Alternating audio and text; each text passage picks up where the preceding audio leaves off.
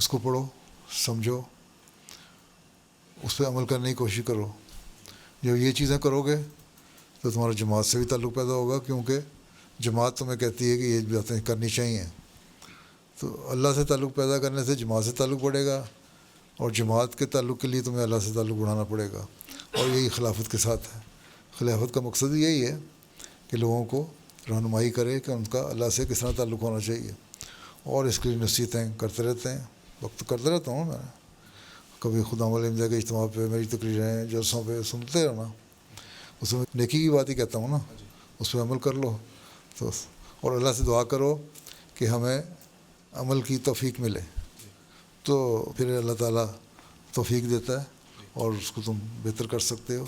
اور اسی طرح لوگوں سے جو نہیں آتے پیچھے لڑکے ہوئے تمہاری ایج گروپ کے لڑکے ہیں, ان کو قریب لاؤ, ان کو مسجد میں لاؤ, ان کے سے سوال جواب ان کے دیکھو کرو, تو ان کو تھوڑا سا انٹرسٹ پیدا ہو پروگراموں میں. ایسے پروگرام بنانے چاہیے جو سب کے انٹرسٹ کے ہوں, ٹھیک ہے. تو بعض وقت کھیلوں کی وجہ سے ہی لوگ آنا شروع ہو جاتے ہیں, چلو اسی بہانے کچھ نہ کچھ تو مسجد میں آنا شروع ہوئے نا, تو پھر ایسے ایسے اٹیچ ہوتے جاتے ہیں, تو پھر باقی پروگرام میں بھی شامل ہو جاتے ہیں. ایک جزاک اللہ حضور. The following day, on Sunday, Khuddam from Schleswig-Holstein region and Dietzenbach from Majlis Khuddam al-Ahmadiyya, Germany, were blessed to have a mulaqat with Hazrat Khalifatul Masih V. The Khuddam had especially traveled to pray behind Hazrat Amir al-Mu'mineen and were blessed to have the mulaqat, which took place in Islamabad. All the persons attending had the opportunity to introduce themselves and were able to ask questions on a range of religious and contemporary issues affecting the youth. One of the Khuddam asked Hazrat Amir al-Mu'mineen how Khuddam can create a sincere love for namaz and Allah the Almighty within their hearts. اللہ میاں پہ یقین ہے, اللہ تعالیٰ ہے. اللہ تعالیٰ کہتا ہے میں رب العالمین ہوں, میں ساری چیزیں دیتا ہوں. اس بات کو مانتے ہو؟ ٹھیک ہے. اگر کوئی انسان تمہیں کوئی تحفہ دے تم اس کے شکر گزار بنتے ہو نا, ٹھیک ہے. اس کا شکریہ ادا کرتے ہو. کوئی تمہیں تحفہ دے یا تمہارے فیور میں کوئی بات کرے یا تمہیں کوئی فائدہ پہنچائے, اس کا شکر ادا کرتے ہو نا. تو اللہ تعالیٰ کہتا ہے میں نے ساری دنیا پیدا کی, تمہارے پیدا ہونے سے جو سامان تھے اس میں جب تم ماں کے پیٹ میں تھے تبھی تمہارے لیے انتظام ایسا کیا کہ تمہاری اچھی طرح نرشمنٹ ہو جائے. پھر اچھے صحت مند بچہ پیدا ہوا, پھر اس کو ماں باپ نے پالا, تمہارے لیے سامان مہیا کیا, پھر بڑے ہوئے, تمہیں کچھ سیکھنے کا موقع ملا, تمہارے کپڑے, تمہاری پڑھائی کا انتظام کیا, ٹھیک ہے. تو ان کا شکریہ ادا کرتے ہو نا ان سب کا. تو اللہ کہتا ہے یہ ساری چیزیں میں نے دی تھیں, میں نے سکھایا ان کو سب کچھ, تو میرا شکریہ ادا کرو. تمہیں کہیے نا میرا شکریہ ادا کرنا, تو تھوڑا سا تو شکر گزار ہونا چاہیے نا اللہ کا, ٹھیک ہے. کہ اللہ میاں نے اتنا چیزیں دیں مجھے تو میں شکر گزار ہوں. تو کہتا ہے شکر گزاری کا طریقہ کیا ہے, تم نماز پڑھو, 5 وقت نمازیں پڑھو, 5 وقت اللہ تعالیٰ کے پاس جاؤ, اس کا شکر ادا کرو. اللہ تعالیٰ قرآن شریف میں کہتا ہے تم شکر کرو گے میرا تو میں تمہیں اور زیادہ دوں گا, پہلے سے بڑھ کے دوں گا, ٹھیک ہے. اس لیے اللہ تعالیٰ یہ نہیں کہ شکر ادا کر دیا تو اللہ خوش ہو گیا, ہاں جی میں بڑا خوش ہوں میرے بندے نے شکر ادا کر دیا. اللہ کہتا ہے مجھے تمہاری باتوں اور تمہارے شکریوں کی ضرورت نہیں ہے, لیکن اگر تم کرو گے تو میں تمہیں انعام دوں گا اور دوں گا, بڑھاؤں گا. اس لیے یہ سوچ کے نماز پڑھو تو نماز میں توجہ پیدا ہوگی اور اللہ کا شکر گزار بندے بنو گے, پھر اللہ تعالیٰ کے اور فضل ہوں گے, ٹھیک ہے. السلام علیکم پیارے حضور. خاکسار نے مشاہدہ کیا ہے کہ شادی کے بعد اکثر بہن بھائیوں کے درمیان محبت اور ہم آہنگی کم ہو جاتی ہے, حتیٰ کہ کبھی کبھی اختلافات بھی پیدا ہو جاتے ہیں. حضور, انسان شادی کے بعد اپنے بہن بھائیوں کے ساتھ محبت اور اتحاد کس طرح برقرار رکھ سکتا ہے؟ بات یہ ہے کہ اللہ تعالیٰ کہتے ہیں ہر ایک حقوق ادا کرو, ماں باپ کے حقوق ادا کرو, بہن بھائیوں کے حقوق ادا کرو, بیوی جو کسی کی لڑکی ہے جس کو تم اپنے گھر لائے ہو اس کے حق ادا کرو. اللہ تعالیٰ نے تو ہر ایک کے حق ادا کرنے کا حکم کیا ہے نا, ٹھیک ہے. میں نے تقریروں میں اپنے جلسے کی حقوق کی ایک لسٹ بنائی تھی, 2-3 سال اس پہ تقریر کرتا رہا, ٹھیک ہے, جی ابھی بھی پورے نہیں ہوئے کہ کس طرح حق ادا کرنے ہیں.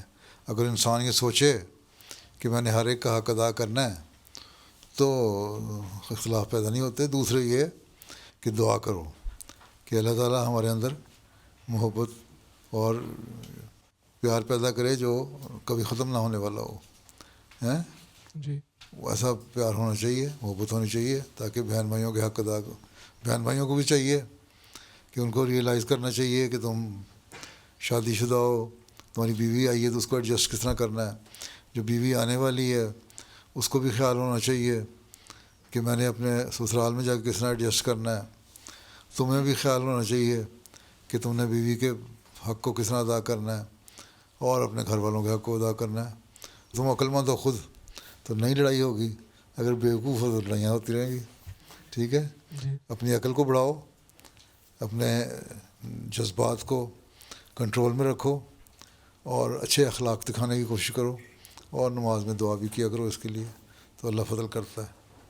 ٹھیک ہے, جزاکم اللہ حضور. ٹھیک ہے. باقی تو جو لوگ لڑتے ہیں وہ پڑھے لکھے لوگ تو نہیں عام طور پہ لڑتے, جاہل لوگ ہی لڑتے ہیں. ٹھیک ہے, تو جاہل نہ بڑھو, پڑھے لکھے بنو. ٹھیک ہے, ٹھیک ہے, جزاکم اللہ. پیارا حضور, سائنس کے مطابق ایک دن کائنات یا تو بگ کرنچ میں ختم ہو جائے گی یا ہیٹ دیف کے ذریعے. حضور, اسلام قیامت کے دن کے حوالے سے اس کو کیسے سمجھتا ہے؟ قرآن شریف پڑھتے ہو؟ جی. سورہ انبیاء میں لکھ رہا ہے بگ بینگ کا. جی. اللہ تعالیٰ کہتا ہے تم صفحے لپیٹ لوں گا. جی. کاغذ جس طرح پلندے لپیٹتے ہیں نا تم, جی. اس طرح لپیٹ کے چلی جائے گی. قیامت آئے گی تو وہ بلیک ہول میں چلا جائے گا سب کچھ. بگ بینگ کا اللہ تعالیٰ نے اس سے پہلے فرمایا کہ اس طرح ہوا کہ سب کچھ سمٹی ہوئی تھی, میں نے پھاڑا اس کو اور مختلف سیارے اور پلانٹس بن گئے ہیں, جس کو ہم یونیورس میں دیکھتے ہیں. تو قرآن شریف تو کہتا ہے بگ بینگ بھی ہوا اور اس کے بعد بلیک ہول میں جاؤ گے تم قیامت والے دن. تو اسلام تو بڑی اچھی تعلیم دیتا ہے, اس کی تفسیر قرآن شریف میں پڑھ لو. تم اگر پڑھو تو تمہیں سمجھ آ جائے گی ساری باتیں. اسلام تو یہ کہتا ہے سائنس جو ہے وہ اللہ تعالیٰ کا عمل ہے, اور جو دینی تعلیم ہے اللہ تعالیٰ کی تعلیم ہے. اللہ تعالیٰ پہلے تو آیت میں کہتا ہے اس سے کہ جو یہ لوگ کہتے ہیں نا کہ خدا کے سوا اور معبود بھی ہوں ہیں, ان کو ہم جہنم میں ڈال دیتے ہیں, ان کو سزا ملے گی. پھر اللہ تعالیٰ نے اگلے یہ فرمایا کافروں کو, یہ تم نے یہ نہیں دیکھا کہ آسمان اور زمین دونوں بند تھے, ہم نے ان کو کھول دیا, پھر پانی سے ہر چیز کو زندہ کیا, کیا ایمان نہیں لاتے؟ ایک تو یہ ہے روحانی طور پہ وہی بھیجی اور اللہ تعالیٰ نے اپنا وجود کو ثابت کیا, انبیاء نے بتائی تعلیم.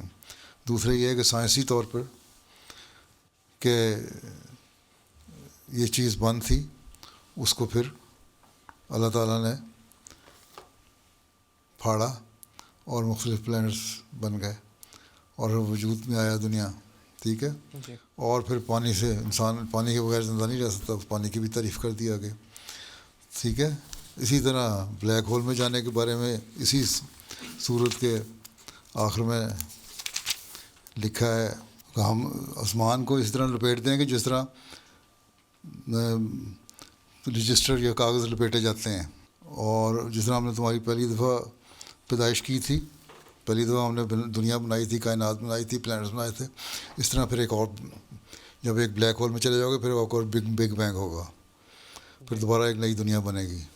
تو اللہ تعالیٰ تو کہتا ہوں اس طرح پیدا کرتا رہتا ہوں, پیدائش بھی ہوگی اور پھر اس کا ارتقا بھی ہوگا, ایولیوشن بھی ہوگا.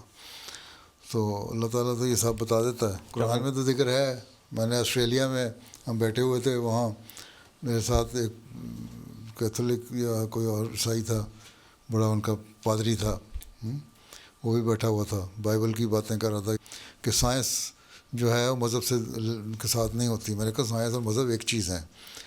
سائنس جو ہے وہ اللہ تعالیٰ نے نہیں انسان کو دماغ دیا اور انسان کو بتایا کہ یہ سائنس ہے اور یہ اس کی جو دنیا میں پریکٹیکل صورتحال ہے وہ ہے. اور مذہب جو ہے وہ روحانیت میں ترقی کرنے کے لیے ہے, اور اس اللہ تعالیٰ نے یہ تعلیم بھی دی ہوئی ہے. تو میں قرآن شریف میں لکھا, پھر میں نے اس کو بتائی آیتیں, پھر میں نے اس کو قرآن شریف تحفہ بھی دے دیا. میں نے کہا جا کے پڑھو. کہتا اچھا, پھر قرآن نے یہ باتیں لکھی ہیں اور کسی مذہب نے نہیں لکھی. کہتے ہیں نا یہ کیا ضرورت تھی مذہب کی, کیا ضرورت تھی اسلام کی, اور بہت سارے مذہب تھے. تو یہی باتیں ہیں دوسرے مذہب کو پتہ ہی نہیں تھیں جو اسلام نے بتائی ہیں کہ بگ بینگ کیا ہوگا, پھر بلیک ہول کیا ہوگا, اور کس طرح انسان پیدا کرے گا, پھر دوبارہ کس طرح ہوگا, جس طرح دنیا کے سائیکل چلتے ہیں. پھر اس میں پانی کی کیا اہمیت ہے, ہوا اور پانی کی اہمیت, اس کے بغیر زندہ نہیں انسان رہ سکتا. وہ انسان کو قرآن شریف میں اللہ تعالیٰ نے بتایا کیا اہمیت ہے. تو اس کو ذرا غور سے پڑھو, اس کی تفسیریں پڑھو تو تمہیں پتہ لگ جائے گا. ٹھیک ہے. جماعت یا ذیلی تنظیم کے عملہ میں بعض اوقات مختلف رائے رکھنے والے افراد ہوتے ہیں. ایسی صورت میں حضور کی ہدایت کے مطابق باہمی اختلاف کے باوجود حکمت اور اتحاد کے ساتھ کس طرح کام کرنا چاہیے؟ بات یہ اختلاف ہوتے ہیں, اختلاف رائے رکھنا تو بری بات نہیں ہے, ٹھیک ہے, ڈفرینس آف اوپینین ہوتا ہے, لیکن یہ دیکھنا چاہیے آپس میں بیٹھ کے مشورہ کر کے ڈسکس کرو. اگر دوسری کی رائے اچھی ہے تو اس کو قبول کر لو, اور اگر نہیں, اپنی دماغ پر دلیل زیادہ ہے تو اپنی دلیل دو. پھر دیکھو کہ میجورٹی رائے کیا ہے, جو میجورٹی رائے ہے اس کو قبول کر لو, اس کے مطابق عمل کر لو. اور اگر پھر بھی سمجھو کہ میجورٹی رائے سے نقصان ہو رہا ہے, بعض وقت شروع میں فیصلے ہو جاتے ہیں میجورٹی رائے کہ ہوتی ہے اور ایک بندہ کہتا ہے میرے حق میں یہ ہے, پھر وہ مرکز سے لکھ کے پوچھ لیتا ہے, خلیفہ وقت سے لکھ کے پوچھ لیتا ہے کہ کیا بات صحیح ہے. تو بہرحال اختلاف رائے ہونا کوئی بات نہیں ہے, کوئی حرج نہیں ہے, لیکن اس کی وجہ سے اپنی انا اور ایگو کا سوال بنا لینا وہ غلط چیز ہے. کوشش یہ کرنی چاہیے آپس میں مل جل کے کام کریں اور اس کے اچھے حل نکالیں, ٹھیک ہے, جس سے جماعت کو فائدہ ہو, ٹھیک ہے, انسانیت کو فائدہ ہو, اور ہمیں آپس میں ایک دوسرے سے معاشرتی تعلقات میں فائدہ ہو. یہ سارے فائدے دیکھنے چاہیے.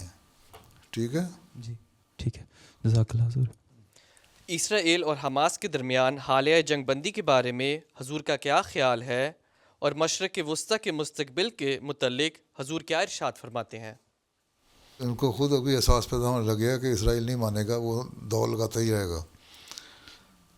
باقی یہ ہے کہ مسلمان ملک کون سا کوئی بڑے کام کی باتیں کر رہے ہیں.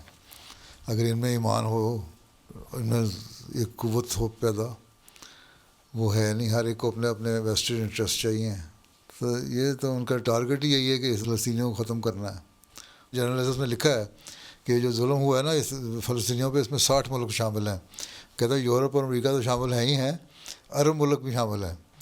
اگر عرب ملک ہوش کرتے اور کچھ نہیں تو کم از کم جو راستہ سڑکوں کو بلاک کرنے کا وہی کر دیتے, تو اس پہ اسرائیل مجبور ہو کے کچھ نہ کچھ ایگریمنٹ کر لیتا یا اپنا کچھ تھوڑا سا بیہیویئر ٹھیک کرتا. لیکن یہ بھی شامل ہیں, اس کا مطلب ہے کہ انڈائریکٹلی یہ عرب ملک بھی شامل ہیں فلسطینیوں پہ ظلم کرانے میں. تو جب اپنے لوگ شامل ہو جائیں, گھر سے ہی آگ لگائی جائے, تو پھر اس کو باہر سے کون بجھائے گا. پیارا کا یہ سوال ہے کہ اگر کوئی شخص روحانی میں ترقی کی کوشش کرتا ہے, کچھ عرصہ تک بہتری بھی آتی ہے, لیکن بعد میں پھر دوبارہ اپنی پرانی حالت پر گر جاتا ہے اور یہ تسلسل چلتا رہتا ہے, تو کیا یہ کہنا درست ہوگا کہ ایسے شخص کی جو روحانی استطاعت ہے یا طاقت ہے وہ ایک محدود حد تک ہی ہے, اس سے آگے بڑھ نہیں سکتا؟ وہ قیام نماز جو حضرت مسیح صلی اللہ علیہ وسلم نے فرمایا ہے وہ کیا ہے؟ اس میں تشریح یہی فرمائی ہے کہ نماز گرتی ہے پھر تم اس کو کھڑا کرتے ہو. یہ بھی قیام نماز کا ہے. ہم صرف قیام نماز کہتے ہیں جی نماز باجماعت پڑھنا ہے, نماز قائم کرنا ہے اور نمازوں کو پڑھنا, یہ نہیں. قیام کا مطلب یہ بھی ہے کہ نماز گرتی ہے, تمہارا توجہ ہٹتی ہے اللہ تعالیٰ کی طرف سے, تمہاری روحانی حالت کم ہوتی ہے, اس کو تم نے پھر کھڑا کرنا ہے. قیام کرنا کیا ہوتا ہے؟ کھڑا کرنا, ٹھیک ہے. تم پھر اس کو کھڑا کرو, اور یہ بار بار ہوتا ہے. اسی لیے اللہ تعالیٰ نے توجہ بھی دلائی ہے. سورہ فاتحہ میں جو اتنی دعائیں سکھائی ہیں, ایاک نعبد و ایاک نستعین, اور پھر اہدنا الصراط المستقیم, تو اسی لیے ہے کہ اللہ کو پہلے اس سے مانگو کہ ہمیں سیدھے راستے پہ چلائے, اور جو گرتے ہیں بار بار ہم نہ گریں. تو جب نفس مطمئنہ کی حالت طاری ہو جاتی ہے, ایسی حالت, تو پھر انسان نہیں گرتا. وہ حالت طاری کرنے کے لیے بار بار کوشش کرنی چاہیے.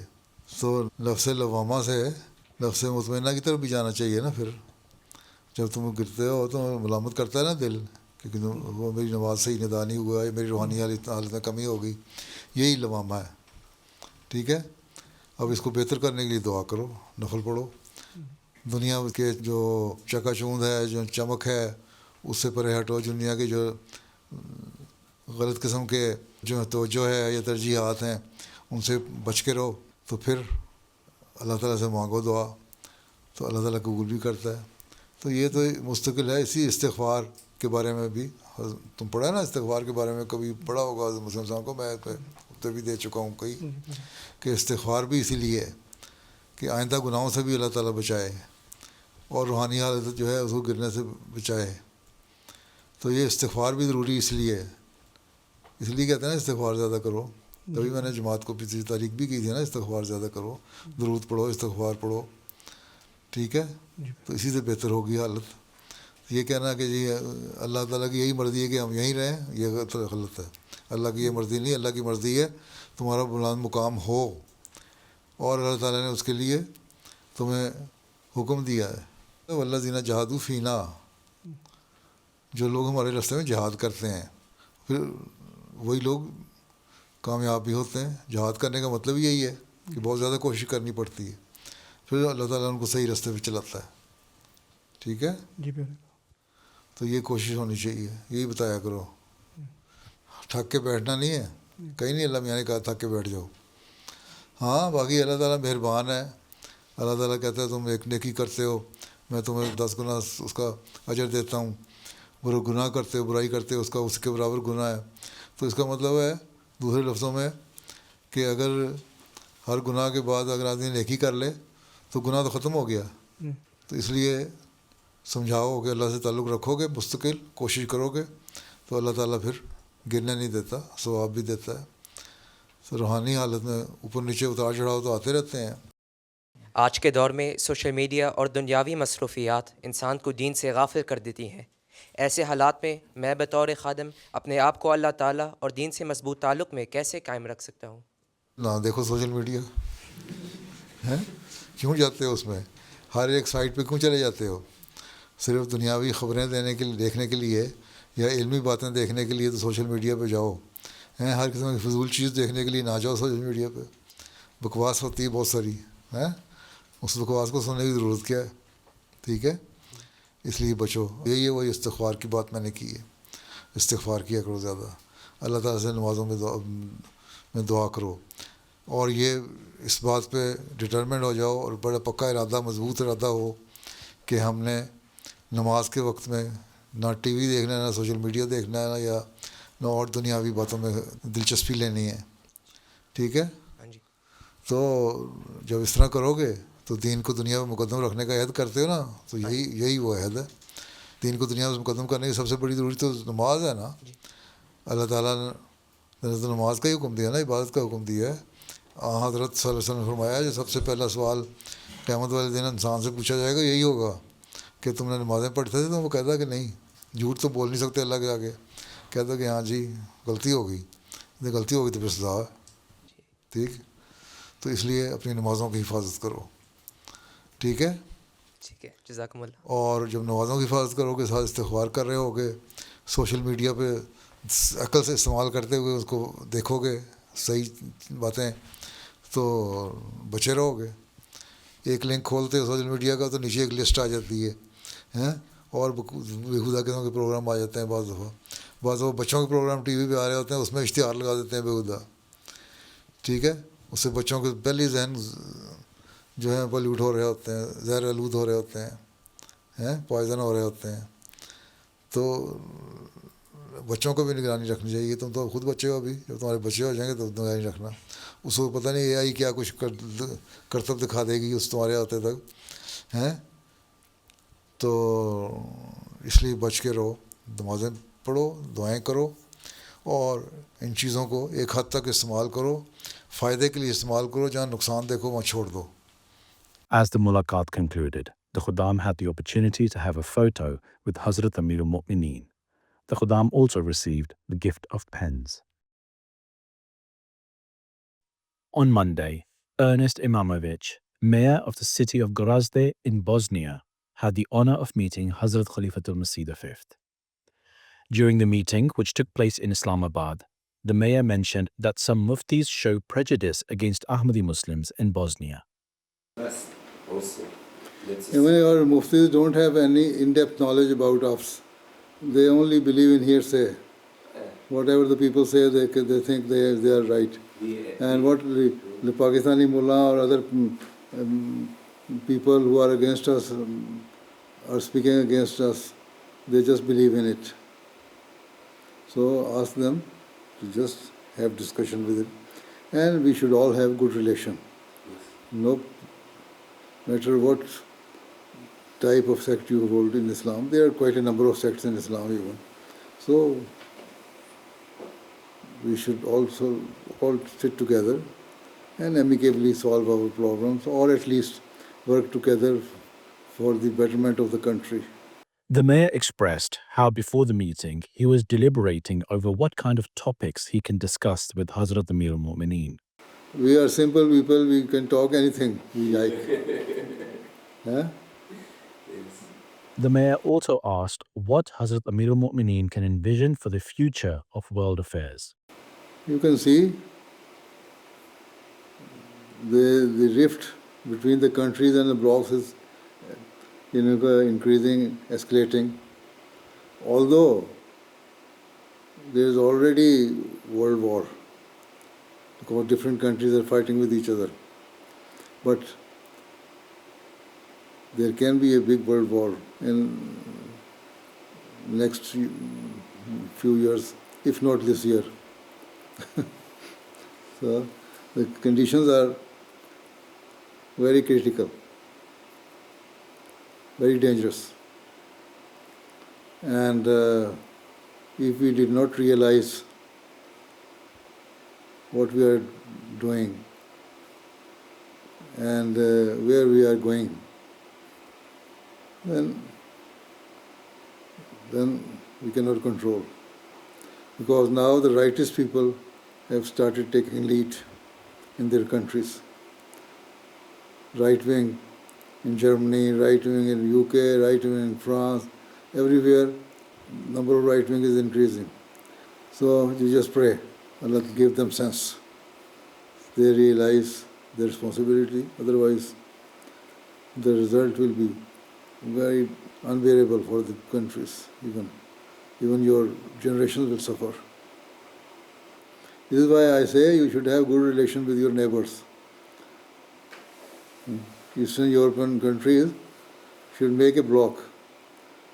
Bosnia, Serbia, other countries, they should all try to live together peacefully. This is how they can save their countries and their bloc, their regions. Otherwise, willingly or unwillingly, all the countries will be involved in the war. If there is any eruption of big war, they cannot stop the wars if they continue with this type of behavior. It was really with respect. What I see in his eyes is honesty and vision for peace. That's in the era, 21st era, what we need. Actually, it was quite interesting and amazing feeling in this room what we have felt with him. We discussed with him topics like family topics to the world politics, economy, industry, agriculture. Quite amazing. You can never prepare for this. What can he ask you? Actually, from the level of the ordinary question to the high level. And this is quite what's really interesting for me personally. Amazing feeling, yes. Those were highlights from just some of Beloved Huzur's activities over the past week. We now end with our final segment, the Friday Sermon Summary. In today's Friday sermon, Huzur, may Allah be his helper, spoke regarding the expedition of Tabuk. Towards the end of his sermon, Huzur, may Allah be his helper, requested prayers for the victims of the recent attack in Rabwa, the Ahmadis of Pakistan and Bangladesh and the people of Palestine. ربا کی مسجد کے واقعے میں جو زخمی ہوئے تھے، حملے کا جو واقعہ ہوا اس میں جو زخمی ہوئے تھے، ان کے لیے دعا کریں اللہ تعالیٰ زیادہ زخمیوں کو اللہ تعالیٰ اپنی حفاظت میں رکھے اور جلد شفاء کامل عطا فرمائے۔ پاکستان میں مخالفین کے ہر منصوبے کو ناکام و نامراد کرے اللہ تعالیٰ۔ ربا میں بھی آج ختم نبوت کے نام پہ جلسہ ہو رہا ہے، اور مولویوں نے جو گاند اور غلاظت بولنی تھی بول رہے ہیں، بول چکے ہیں، براہ ختم ہو چکا ہوگا اب جلسہ۔ اللہ تعالیٰ ان کے شر سے محفوظ رکھے۔ اسی طرح بنگلہ دیش کے احمدیوں کے لیے بھی دعا کریں، وہاں بھی مخالفین کے بڑے بد ارادے لگتے ہیں، اللہ تعالیٰ وہاں بھی ہر احمدی کو محفوظ رکھے۔ فلسطینیوں کے لیے بھی دعا کریں، اللہ تعالیٰ ان پر رحم فرمائے اور ظالموں سے نجات دے۔ جنگ بندی جو کہی جاتی ہے وہ تو صرف نام کی ہے۔ گزشتہ 2 دنوں میں جو واقعات ہوئے ہیں انہوں نے ثابت کر دیا ہے کہ صرف نام کی جنگ بندی تھی۔ اللہ تعالیٰ ان مظلوموں کو ظلم سے بچائے اور ظالموں کی پکڑ کرے۔